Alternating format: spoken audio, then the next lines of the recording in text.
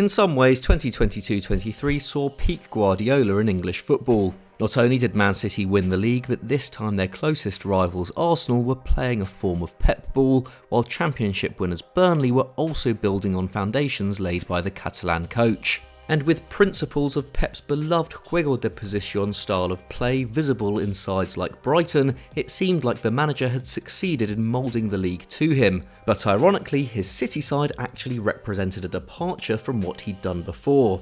Of course, the foundations remain the same. This is a dominant possession team, and the fluid interchange of roles and positions has become natural to anyone watching Guardiola's career. But in other ways, it feels like this iteration of City has been as much about the talent available as Pep's larger philosophy, and blending the two has created perhaps the most effective outfit of his spell in the Prem. So what has changed at the Etihad? How did Pep reinvent the citizens once again, and reinvent himself? Let's find out. With Sean Dyche, Roy Hodgson and Sam Allardyce all back in the Prem in 22-23, you might have expected teams to feature 4 centre-backs from time to time, but you probably didn't expect it from the reigning champions. Always classed as an attacking manager, that choice seems weirdly conservative for Pep, and even in silhouette, it makes this squad a sea change from the stereotype of his earlier work. It maybe seems simplistic to focus on height, but Pep's greatest Barcelona side was small. Of the team which battered Manchester United in the 2011 Champions League final,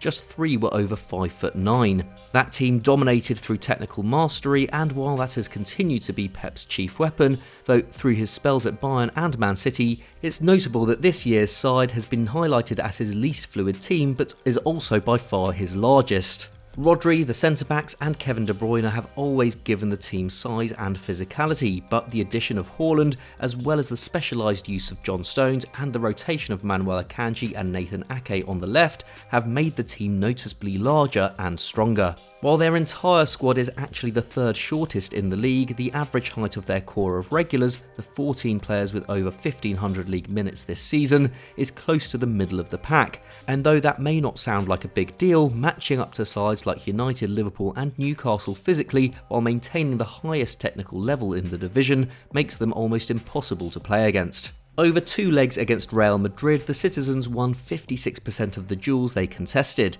They also bettered Arsenal, Liverpool and Newcastle on this metric across their domestic matchups this campaign, and they had the 2nd highest aerial success rate in the Prem, behind only the Magpies. That also gave them a new dimension in attack, with 16% of their shots headed, compared to just 12% last year, and more of their crosses overall finding a teammate, despite attempting fewer crosses in total. What used to be a City weakness, force them wide and make them spam low-value balls into the box, has become a strength. If Ake and Akanji have been surprise breakouts in City's campaign, John Stones has been a level above even them.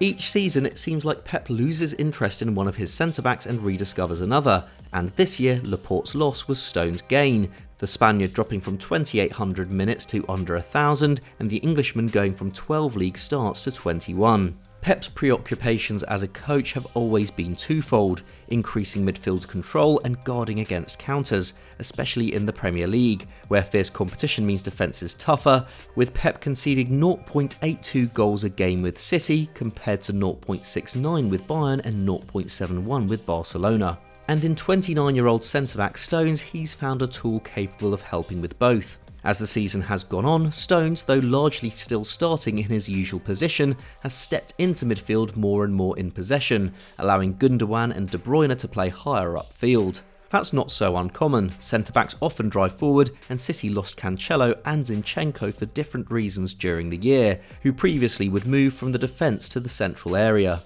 But with centre-halves pressing on, there's usually a limit. No matter how good they are, defenders tend to be below average passers for the midfield zone, and way below if they make it into the final third. And more importantly, a gung-ho centre-back normally can leave a gaping hole open at the back. But Stone's quality on the ball is such that opponents can't afford to let him maraud too far forward, or he'll offload to De Bruyne or Gundogan. They can't cover him as they move, or they'll leave someone else open between the lines, and even if they manage to get the ball off the former Everton defender, City still have Ake, the left-sided centre-back, Walker and Rodri in reserve, eliminating the hypothetical chance of a counter. Here's Pep on the change.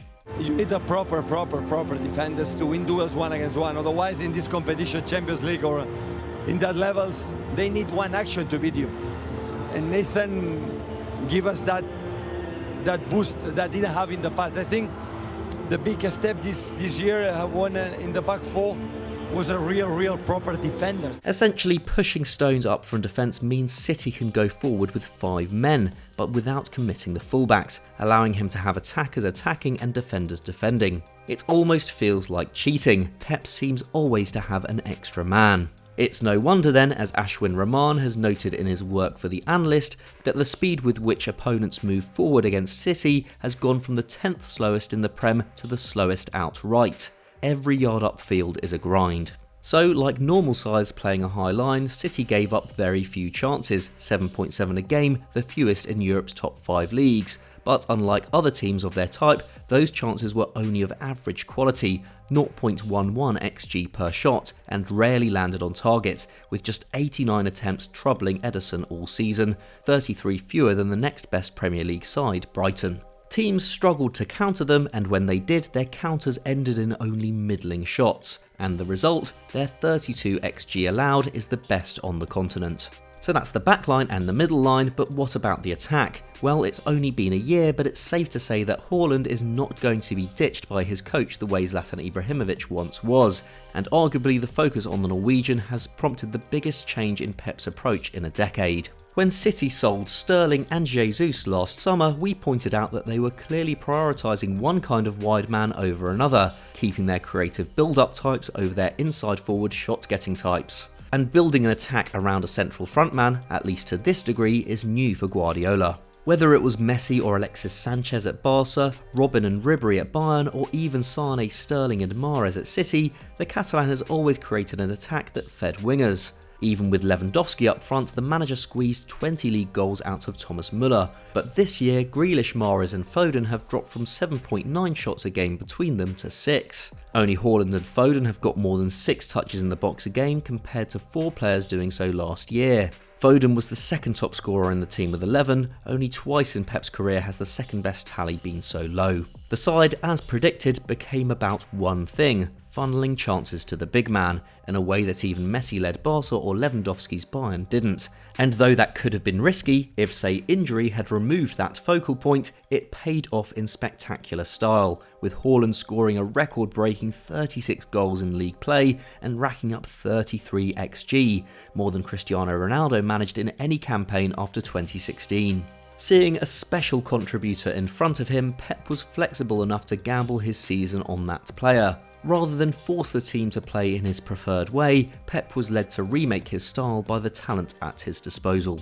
As good as he might be at developing players, making in-game adjustments and finding the right talents for his ideas, what truly makes Pep Guardiola a great coach is the same ability Alex Ferguson, Carlo Ancelotti and Arsene Wenger have shown before him: a willingness to learn. Instead of rolling out the same football year after year and success depending on how good the fit is between that plan and the squad, Pep has continually tried to innovate, not as some think for the sake of it, but to find new solutions, more perfect setups to test what's possible in the sport. It's fitting that he could finally end his European drought in a campaign which produced his most thorough reinvention. After 15 years of excellence, Pep Guardiola just continues to get better. So that was our take on how Pep Guardiola has changed this season, but where do you rank him among the all-time great managers? Let us know in the comments below. If you enjoyed this video, please leave it a like and subscribe to Football Daily if you're new here. Thanks for watching, we'll see you next time.